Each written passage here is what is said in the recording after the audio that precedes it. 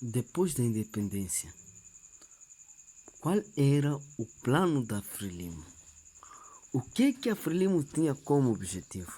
Acompanhe a reportagem até o fim e você saberá qual é, qual foi e qual será a estratégia da Frelimo para com Moçambique. Viva! Moçambique caminha para eleições gerais que terão lugar a 9 de outubro deste ano. Mas antes de lá chegar, o país está mergulhado numa série de muitos problemas, entre os quais problemas com os direitos humanos, a questão da proteção dos direitos humanos, mas também nos últimos dias virou notícia em todo o lado de Moçambique a brutalidade da polícia. Mas também houve uma repreensão muito séria contra jornalistas nos últimos tempos em Moçambique e muito recentemente jornalistas, por exemplo, do Grupo Sóico e também uma jornalista e ativista de direitos humanos do CDD foi sequestrada pela polícia e depois foi tornada, ou seja, foi libertada, mas continua com o equipamento dela nas mãos da polícia. E hoje recebemos aqui nos estúdios centrais em Bonn, na Alemanha, Adriano Novunga. Ele hoje está aqui na Alemanha a convite da DW para participar do Global Media Forum, que está a acontecer aqui na Alemanha. Para já, professor Novunga, muito obrigado por aceder ao nosso convite. Começo mesmo por lhe perguntar, já disse, vem aqui a convite da DW para participar do Global Media Forum. Lhe pergunto, como é que está a ser este momento aqui na DW? Muito obrigado a todos que nos acompanham. A conferência do DW está a decorrer bastante bem, muito bem organizada. Essas coisas de organização me impressionam bastante. Muito bem organizada e a cidade também é acolhedora. Então, estão criadas as condições para termos discussões importantíssimas que possam ter impacto nos caminhos de Moçambique, de África e de todos os países que vivem situação de autoritarismo, vivem situações de subdesenvolvimento promovido pelas suas lideranças políticas. O professor fez parte do primeiro, digamos, um dos primeiros painéis. O que é que significa este momento vir para cá e fazer parte do painel que abre um fórum do nível como Global Media Forum? Não, um impacto tremendo.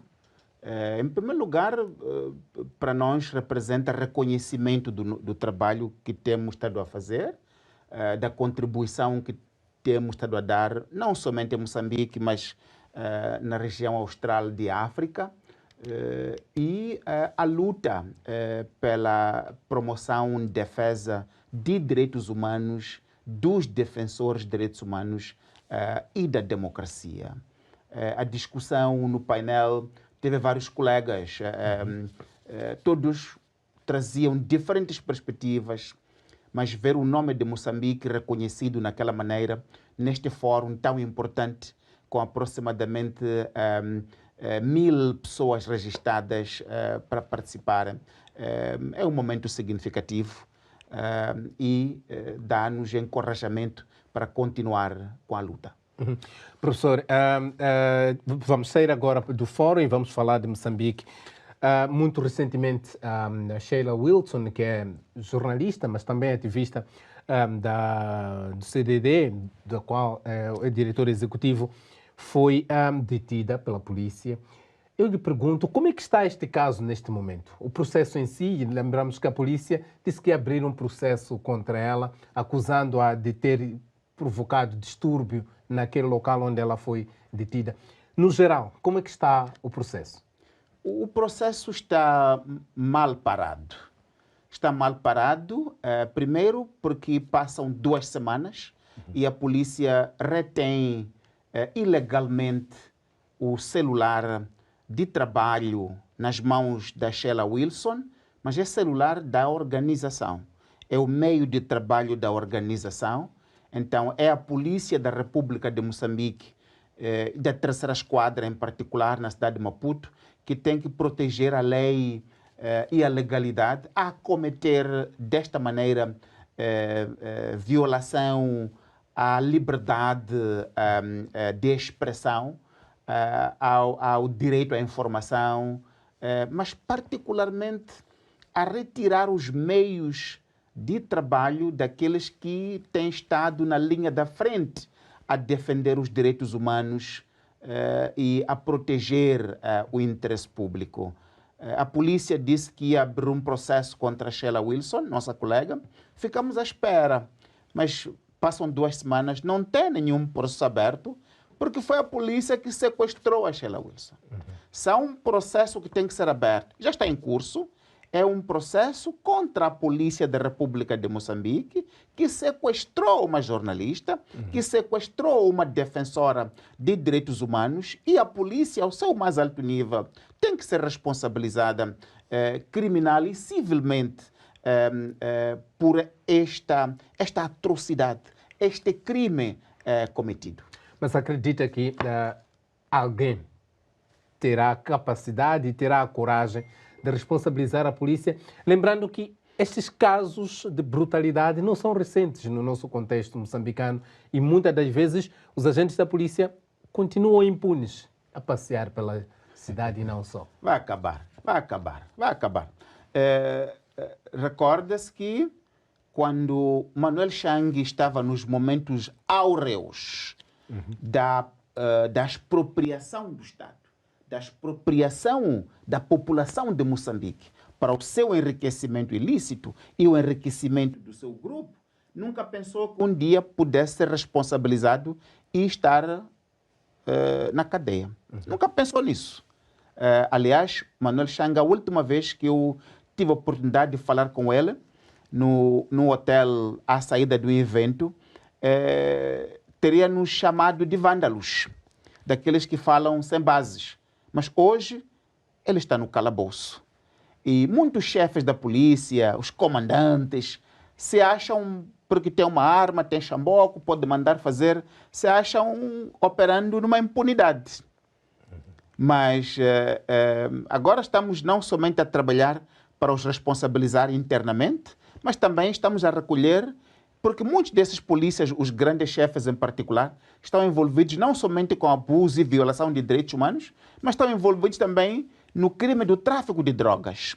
E no crime de tráfico de drogas, tráfico de seres humanos e outros tipos de tráficos, lavagens de dinheiro, dinheiro de droga, e são crimes internacionais. Então, são crimes internacionais. Então, estamos a recolher informação para fazer denúncias aos órgãos internacionais que têm a responsabilidade de velar por isto.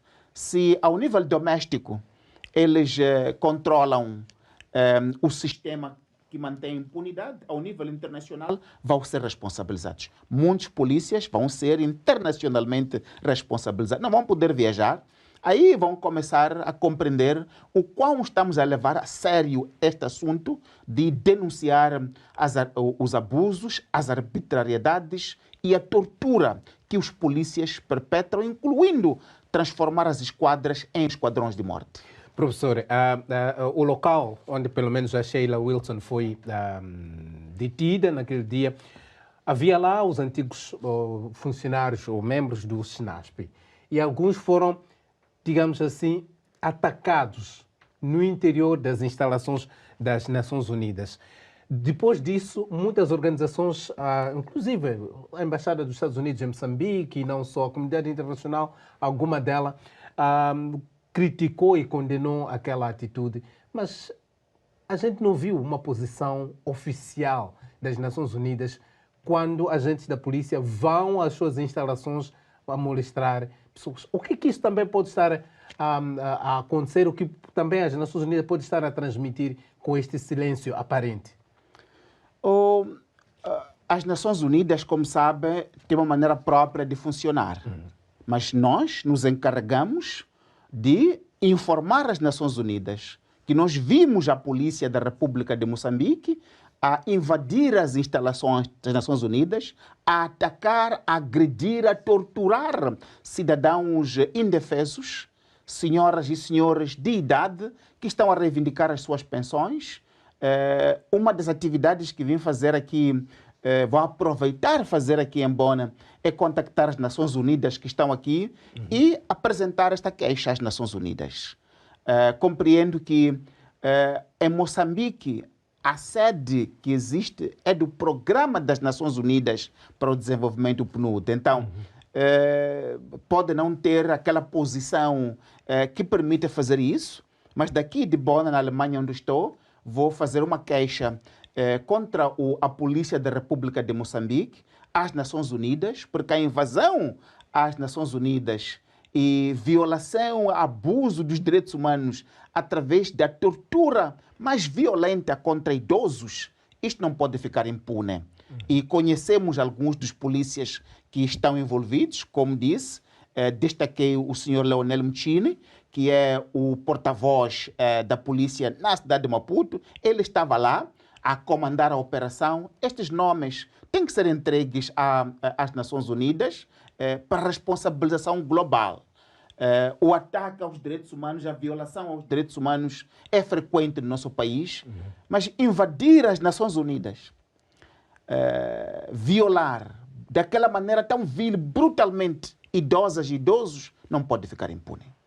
Professor, ainda ontem, aquele grupo, através do seu porta-voz, disse que o governo não pode brincar com pessoas que durante muito tempo trabalharam na inteligência para a proteção do Estado. E chegou a ameaçar que não querem ser responsabilizados um dia pela queda do governo.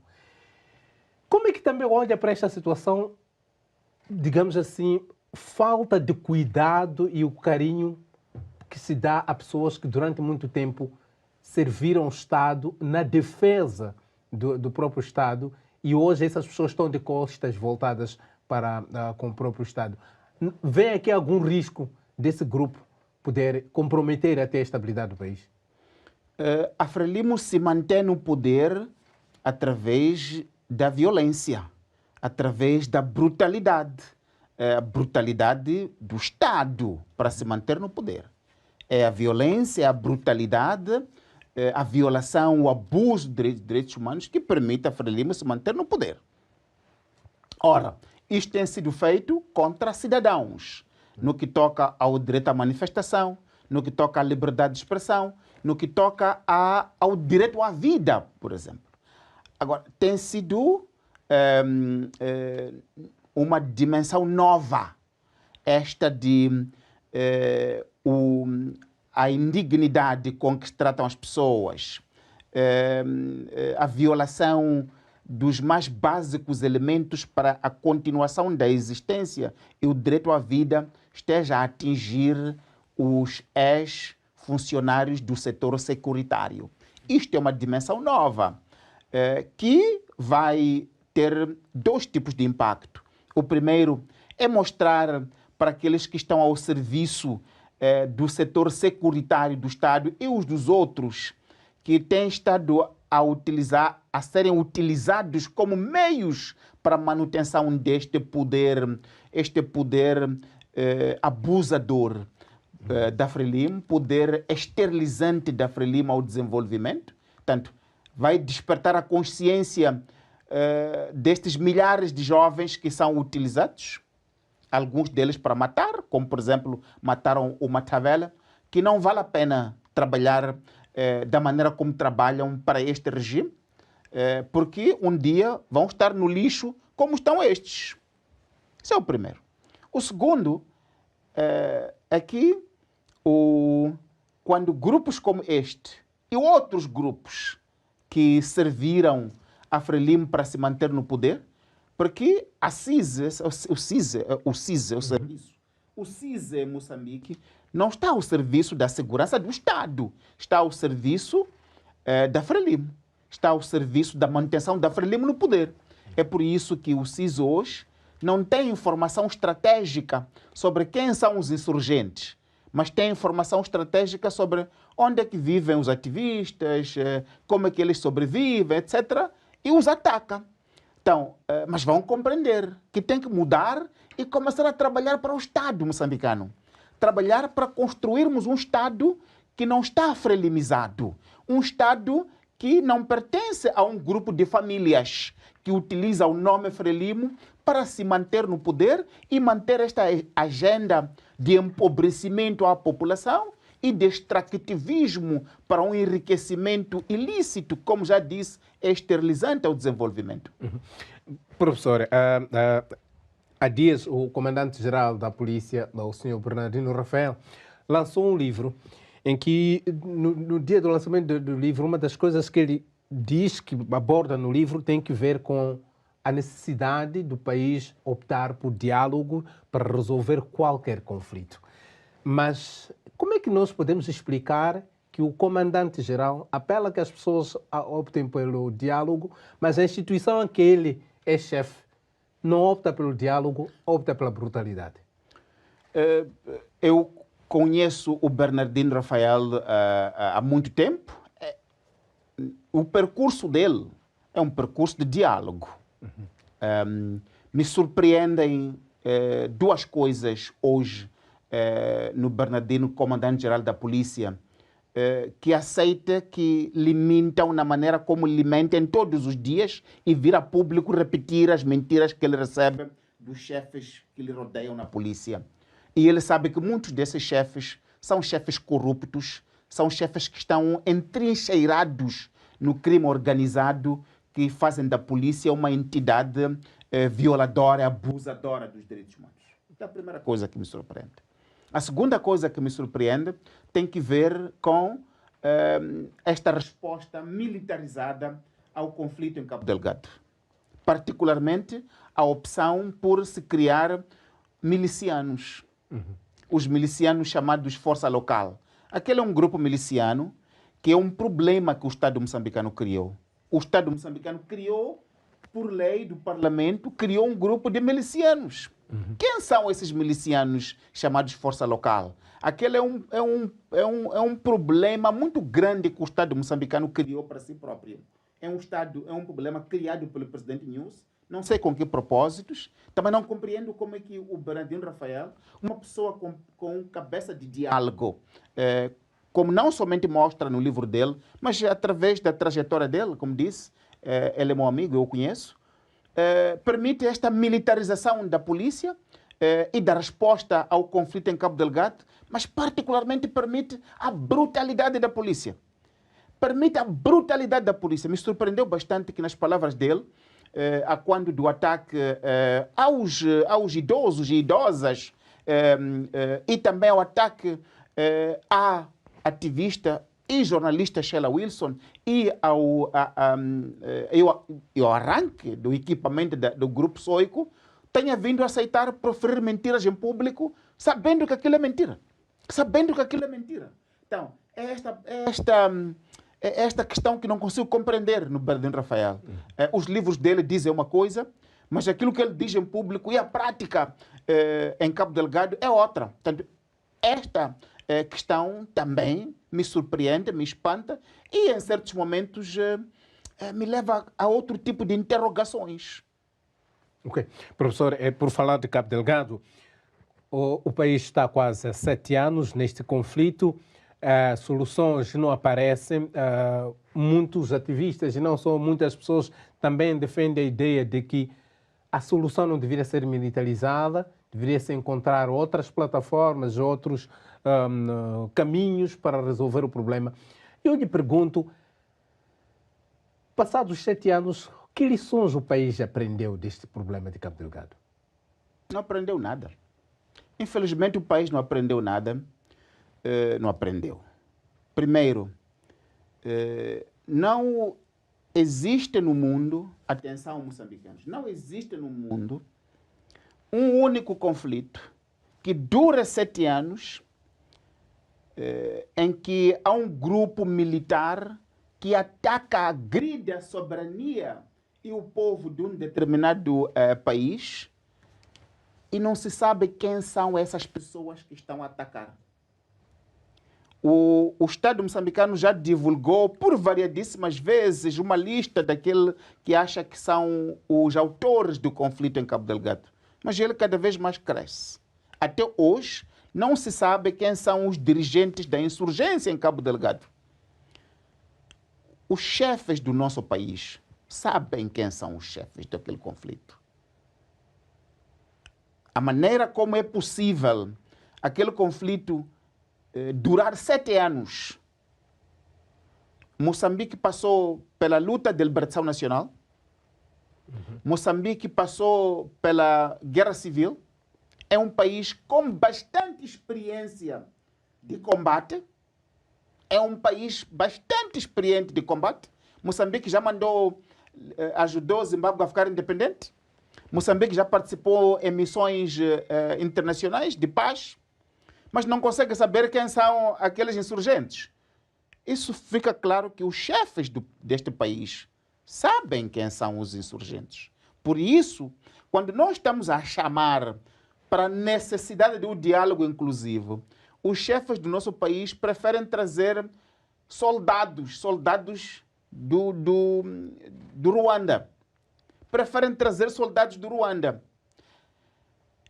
A compreensão popular é de que a maneira tão obscura, sem transparência com que se faz a ruandização de Cabo Delgado. Esta ruandização de Cabo Delgado é para evitar que saibamos de verdade quem são aqueles que estão a agredir o povo de Moçambique e o povo de Cabo Delgado em particular. Não querem. Estaríamos também, pegando esse seu gancho, fica com a sensação de que Cabo Delgado está-se a tornar uma espécie de um campo de batalha em que grupos de interesse disputam por uma mesma região, mas esta é uma disputa feita que por detrás há acordos de não agressão, de boa vizinhança entre estes grupos, mas que no terreno as coisas não saem bem assim. Se a gente olhar, há um envio de militares, por exemplo, ruandeses, que estão quase sempre a vir e não há esclarecimento de que modo esses militares vêm, só se diz que há um acordo bilateral, mas, por um lado, há um grupo que diz que vem, por exemplo, o grupo da Samimo vem através de um acordo que é conhecido publicamente. Primeiro, lembra-se, Moçambique é um país com aproximadamente 31 milhões de moçambicanos. 31 milhões, dos quais pouco mais de metade são jovens, em prontidão para combaterem, para defender a sua pátria. Em 7 anos que dura o conflito, teria sido possível o Estado moçambicano buscar financiamento externo para treinar um exército moçambicano de qualidade, de elite, equipá-lo com salário e boa governação militar para defender a nossa pátria, para defender os nossos recursos em Cabo Delgado e defender a nossa população de Cabo Delgado. O governo da Frelimo não fez isso. Não fez isso por opção. Porque também não quer que nós saibamos, afinal, o que é que se passa em concreto em Cabo Delgado. Afinal, quem são as pessoas que estão por detrás daqueles que estão ali a destruir o nosso país e a empobrecer, a matar os nossos concidadãos. Portanto, há um interesse em manter escuridão para nós. Por isso, logo que houve aquele ataque inicial, o presidente foi buscar mercenários. Não optou por desenvolver o nosso exército. Foi buscar mercenários que triplicaram a fatura do Ministério da Defesa. Passou. Nós fizemos força, pressão, para que se trouxesse apoio internacional da região. Moçambique até era presidente da SADC. Desprezaram isso tudo. Foi buscar ruandeses. A quem interessa a agenda de ruandeses em Moçambique?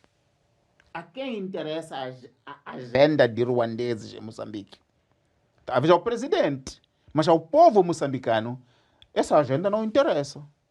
Portanto, em 7 anos, teria sido possível promover um diálogo aberto e inclusivo sobre que opções Moçambique tem em cima da mesa,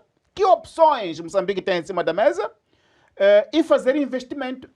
Poderia ser através de endividamento. Fazer um endividamento para investimento rápido e sério para atender a questão de Cabo Delgado. Mas não se fez isso. foi se criando mais problemas, mais dificuldades, e agora Cabo Delgado está ruandizada. Está ruandizada Cabo Delgado. Não se sabe que acordos por detrás dessa ruandização. Não se sabe como é que vão sair, se é que algum dia vão de lá sair. Então, chamar tropas dessa maneira, com acordos obscuros, mas sem nunca termos esclarecido, afinal, o que é que se passa lá? E sem nunca termos atendido a dimensão doméstica. Por exemplo, se criou a ADIN. A ADIN hoje está um elefante branco desdentado ali. Um elefante branco desdentado. Por quê? Porque os chefes grandes do governo do presidente Inhosse pensavam que ia se criar uma ADIN e viriam todos os rios de dinheiro para eles comerem. Como o dinheiro não chegou para eles comerem, então deitaram fora a ADIN, negando a possibilidade de haver um atendimento doméstico às preocupações legítimas dos jovens de Cabo Delgado, primeiro. Segundo, às preocupações legítimas da população de Cabo Delgado. População de Cabo Delgado, que ficou durante anos e anos com aqueles recursos, mas que agora que são descobertos, saem os grandes chefes de Maputo, incluindo gente de Cabo Delgado, mas que logo depois da independência se instalou em Maputo. Se instalou em Maputo. Comem o dinheiro em Maputo. Comem as coisas boas de Maputo. Mas quando se descobriu, foram acordar para o Cabo Delgado e começaram-se a distribuir, não para benefício da população, mas para benefício deles. E também as reclamações legítimas do empresariado local de Cabo Delgado. Mas, nesse caso, está a dizer que aquele conflito também pode ter um pendor da defesa dos interesses locais, ou como quem diz, defender o que é nosso. Ou seja, os jovens de Cabo Delgado e não só estão numa luta de defesa do que é deles em termos de recursos. Enquanto não sei quem são as pessoas, não sei quem são, mas é estranho que passam 7 anos com a experiência que Moçambique tem, não saiba quem são as pessoas. Primeiro ponto. Agora, não podemos claramente descurar que diante daquilo que nós vemos, veja só uma coisa, depois da assinatura do acordo de paz, o que a Frelimo fez em Cabo Delgado? Não fez nada.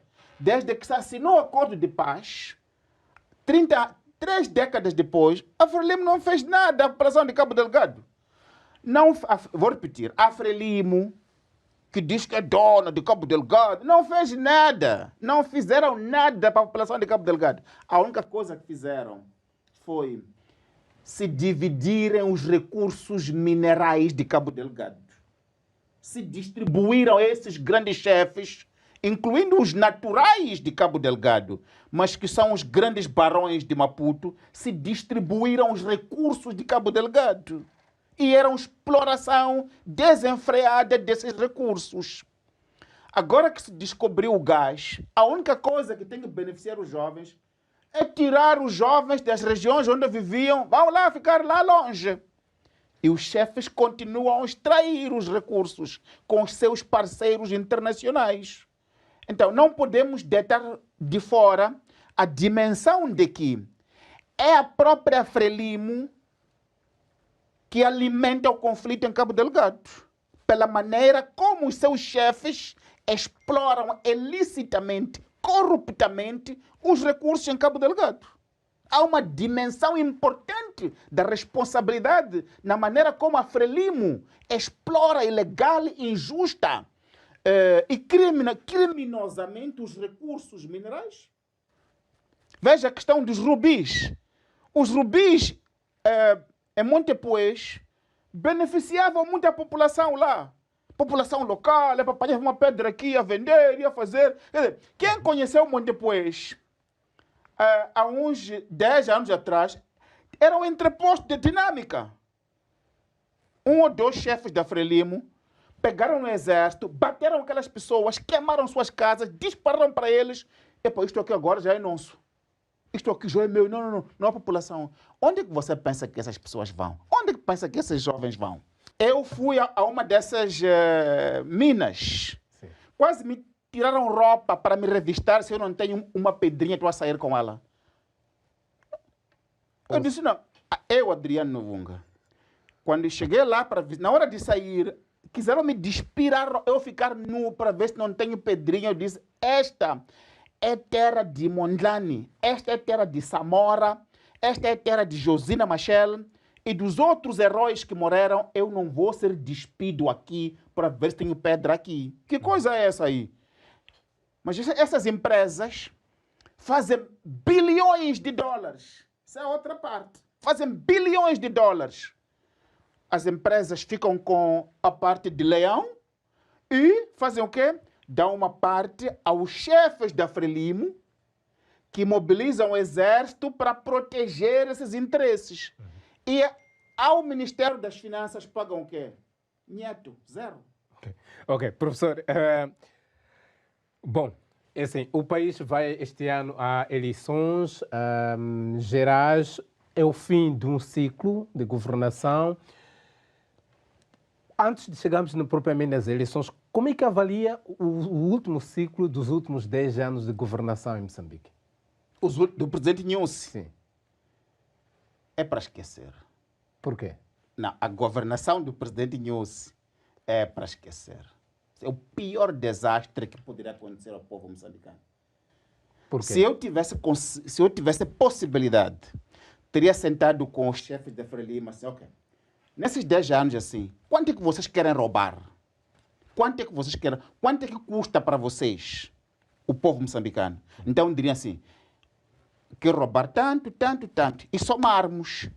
E irmos pedir emprestado um dinheiro nos bancos, lhes dar. Agora vão lá comer esse dinheiro, nos deixem lá desenvolver o país. Está a dizer, em outras palavras, que foram 10 anos de dilapidação do erário público. Não assim. Necessariamente. Não, espera. É isso e mais. Ok. Foram 10 anos de dilapidação, 10 anos, mas sobretudo de destruição do Estado. É 10 anos de destruição do Estado. Porque roubar do erário... Veja, por exemplo, nós temos lá a autoridade tributária. A autoridade tributária em Moçambique, nestes anos do presidente Nyusi, tornou-se uma das mais corruptas entidades, ao mais alto nível. A autoridade tributária. Então, estão a roubar aquilo que entra dos impostos. Isso é o erário. Ok, é o menos mal. O problema mesmo é a destruição do Estado. Quando o presidente Nyusi sair, não saberemos por onde começar. Isso me lembra Lenin, quando houve a Revolução de Outubro, dizia na Rússia, por onde começar a Revolução? Por onde começar a reconstrução do Estado? O desafio é esse. Quando tomar posse aquele que for eleito agora, vai ser por onde começarmos a reconstrução do Estado. Que vai ser construção do Estado do zero. O Estado moçambicano está falido, está destruído. E o Estado moçambicano, neste momento, se resume ao presidente Nyusi, pela forma como ele destruiu o Estado, destruiu o Parlamento, destruiu o Judiciário, destruiu tudo isso. E vai ficando ali como um reizinho. Então, estamos à espera do dia que ele sai para promover um diálogo de reconstrução do Estado moçambicano. Ele sai legalmente depois das eleições de 9 de outubro. A minha pergunta é, olhando para o espectro político nacional, consegue vislumbrar alguma saída para essa reconstrução em termos daqueles que são os pré-candidatos, diríamos, os pré-candidatos? Bom, os candidatos estão lá, quem são? Tem o Venâncio Mondlane, tem o Daniel Chapo, tem o Suf Momadi, tem o Lutero Simango. Pelo menos esses são os, digamos assim, os 4 mais importantes, tirando os outros que vêm ali na corrida. Pois. O Chapo é candidato da Frelimo. A Frelimo é carregada pelo Estado moçambicano. Sim. Portanto, a Frelimo vai nas costas do Estado moçambicano. Sim. É como assim, imagina na travessia de um rio, tem um hipopótamo, que é o Estado, que carrega um pássaro pequenino na cabeça e o hipopótamo atravessa. Ele entra na água e o pássaro fica lá em cima, que é o Frelimo, aquele pássaro lá em cima do hipopótamo. Então, pode sempre esperar que esse pássaro, por mais violenta que esteja a corrente, vai conseguir atravessar o rio.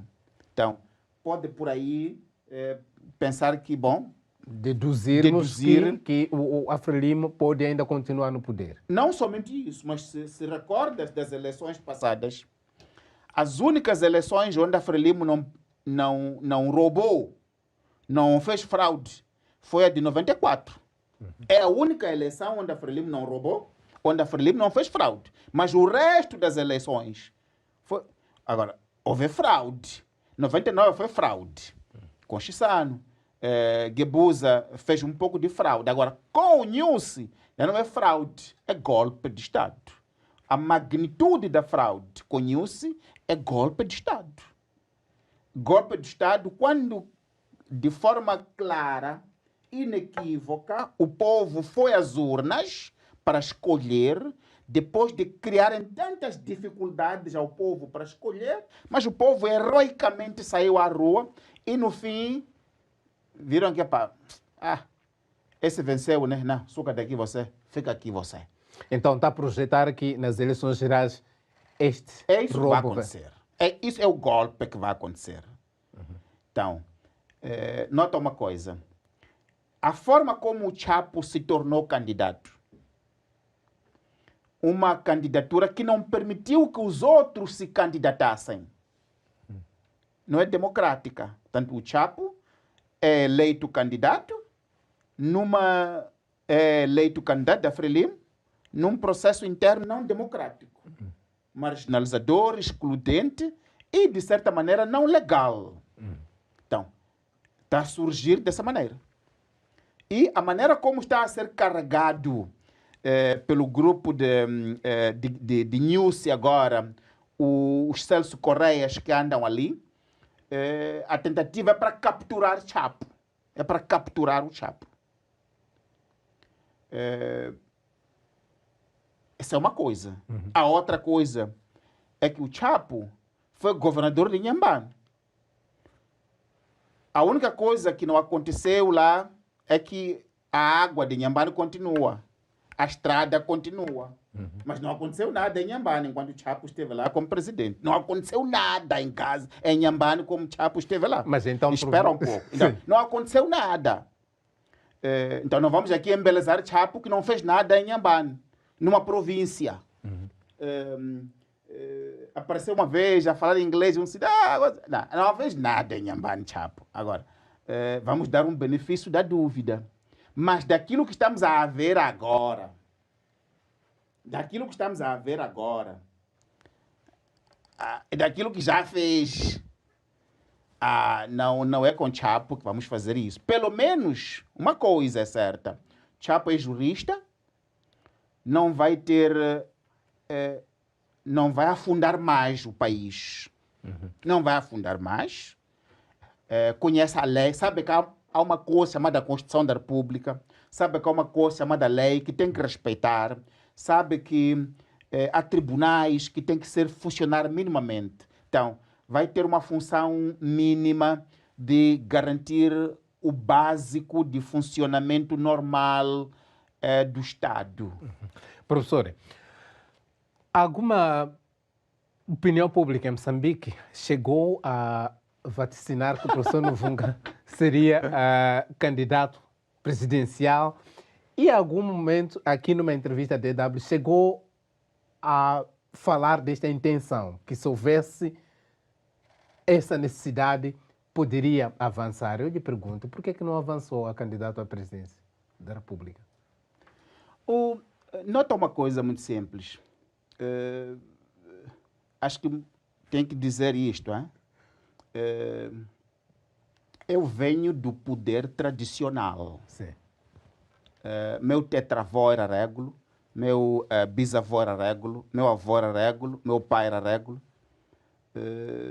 E acreditamos nas coisas, no tempo das coisas. Acreditamos no tempo das coisas. Ok. E é preciso respeitar o tempo das coisas. Ainda vamos um dia desse ter o Régulo no Funga na presidência. Eu não sei, só sei que é preciso respeitar o tempo das coisas. Ok. É preciso respeitar o tempo das coisas, não é? E daquilo que vejo, isso é uma coisa que está clara. A Frelimo chegou a um nível de desrespeito pelo povo, de abuso e violações. Chegou a um nível de os seus chefes não somente serem corruptos, mas também serem coniventes com o crime organizado. Portanto, a Frelimo, ela, como organização, está-se a tornar numa organização com importantes ligações ao crime organizado. E o lugar de partidos políticos que dormem com crime organizado não é na oposição, mas é fora do espaço democrático. Então, cada vez mais vejo que o tempo de construirmos um Estado orientado para o desenvolvimento da nossa população, para o resgatar da dignidade do nosso povo, está cada vez mais perto. E isso vamos fazer claramente quando tivermos resolvido o problema desta Frelimo, que é o obstáculo para o povo progredir. Mantém a intenção de um desses dias concorrer. Claramente. A única coisa que posso lhe dizer é que nós, do poder tradicional, que temos essa raiz do poder tradicional, respeitamos o tempo das coisas. Professor, as eleições autárquicas do ano passado tiveram um denominador comum, a juventude. E neste momento que estamos a caminhar para as eleições gerais, se vê um movimento juvenil dos jovens que já não têm aquele receio de falar de política. Lembro que durante algum tempo se dizia, em Moçambique, principalmente nas zonas rurais, não fala de política, porque não me arranja problemas. Mas hoje a gente vê os jovens nas escolas, nas universidades, nas igrejas, em qualquer lugar, que falam de política tranquilamente. São esses jovens a empurrar, digamos assim, o cenário para o que não era normal. Como é que olha para este cenário e como que projeta o país nos próximos 5 anos? Vejo uma nação que está determinada a mudar e uma nação que claramente está a mostrar que o tempo desta Frelimo exploradora, abusadora, desrespeitadora, monopolística e com ligações ao crime organizado chegou ao fim. Isso que vê jovens a falar em todos os passos mostra a tenacidade desta geração, mas mostra também uma maturação para o enough is enough. Sim.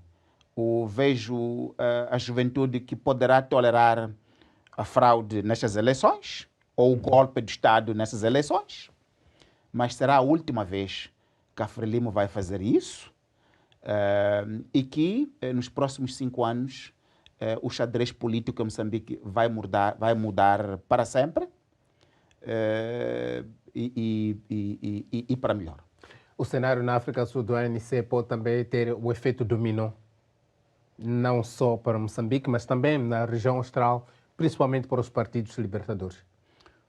Na África do Sul é possível punir a arrogância do ANC e do Ramaphosa, é possível punir a corrupção e a conivência do ANC, não com a corrupção somente, mas com a captura do Estado e com os interesses exploradores do povo sul-africano, daquela maneira como se fez, retirando a maioria.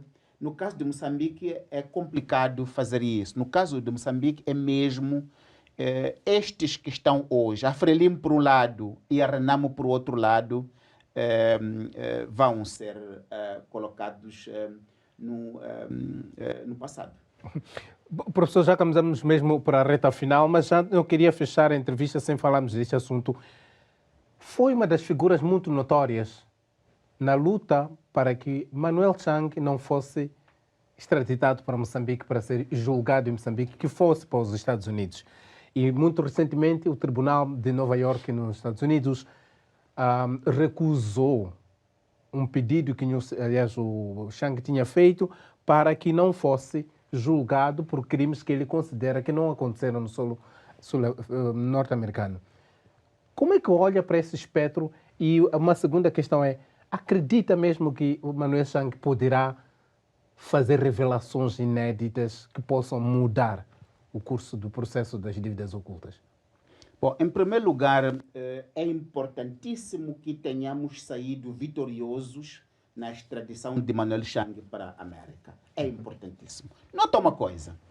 A SADC tinha um tribunal, sabe disso? A SADC tinha um tribunal. Estes chefes, Frelimo, ANC, ZANU-PF, para defender interesses corruptos, acabaram com esse tribunal. O fórum mais adequado teria sido extraditar Manuel Chang para um espaço onde pudesse ser julgado pelo tribunal da SADC, que é subsidiariamente o tribunal mais próximo. Teve que ser extraditado para a América e vai ser julgado lá. É importante que Manuel Chang seja julgado exemplarmente. É importante.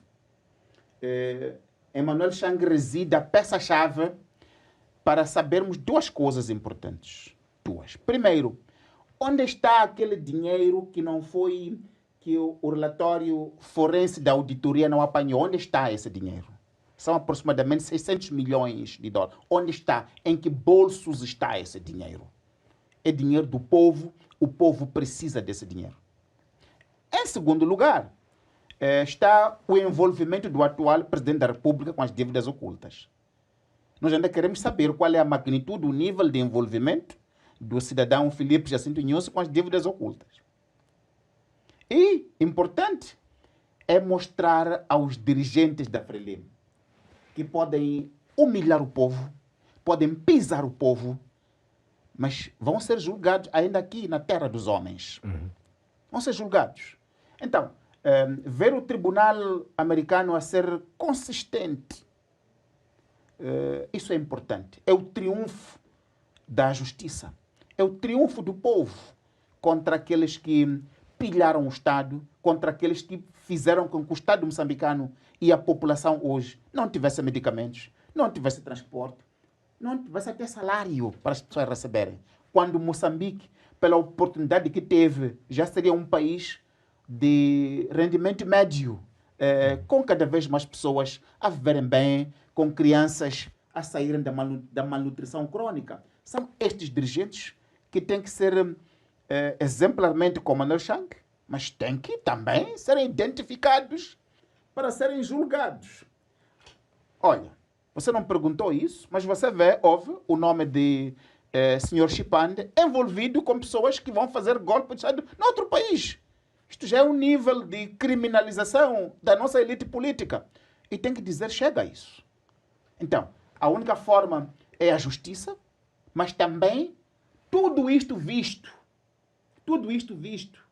é importante que o povo moçambicano acorde que o projeto da independência trazido pela Frelimo já chegou ao fim. A missão histórica da Frelimo chegou ao fim. Esta Frelimo de hoje faz exatamente o mesmo que o colono fazia. Esta Frelimo de hoje faz exatamente o mesmo que o colono fazia. O que o colono fazia? O colono pilhava os recursos, humilhava o povo através da polícia e, mais importante, mandava o dinheiro que espilhava para a metrópole em Portugal. é o mesmo que a elite da Frelimo está a fazer. Estão a construir hotéis em Portugal com dinheiro dos moçambicanos. Estão a construir hotéis, casas em Dubai com dinheiro dos moçambicanos. Esta Frelimo é colonialista, esta Frelimo é de colonos, os seus dirigentes são colonos, têm mentalidade colonial contra o povo, e o lugar do colono é o lugar do que fizemos em 75 contra o regime colonial português, é aquilo que se fez com o apartheid na África do Sul. É isso que tem. Samora Machel dizia, enquanto não houver libertação do nosso povo, a luta continua. E a luta agora, ironicamente, é para libertar o povo da Frelimo. Bom, muito obrigado. A conversa é muito interessante aqui com o professor Adriano Nuvunga, mas já não temos mais tempo para continuarmos. Agradeço-lhe desde já por ter aceito o nosso convite. É sempre um prazer recebê-lo. Muito obrigado, muito obrigado. Obrigado. Até a próxima. Muito bem, até a próxima, diz aqui o professor Adriano Nuvunga, e nós também colocamos ponto final a esta grande entrevista hoje aqui com o professor Adriano Nuvunga. É uma grande entrevista feita a partir dos estúdios centrais em Bonn, na Alemanha. Hoje fizemos o diferente, das outras vezes tivemos que fazer as entrevistas remotamente, mas hoje tivemos o prazer de receber o professor Adriano Nuvunga. Assim que esteve na nossa companhia, vai o nosso muito obrigado. Nós, como sempre, prometemos cá voltar numa próxima ocasião. Até lá, fique bem e tenha uma boa semana.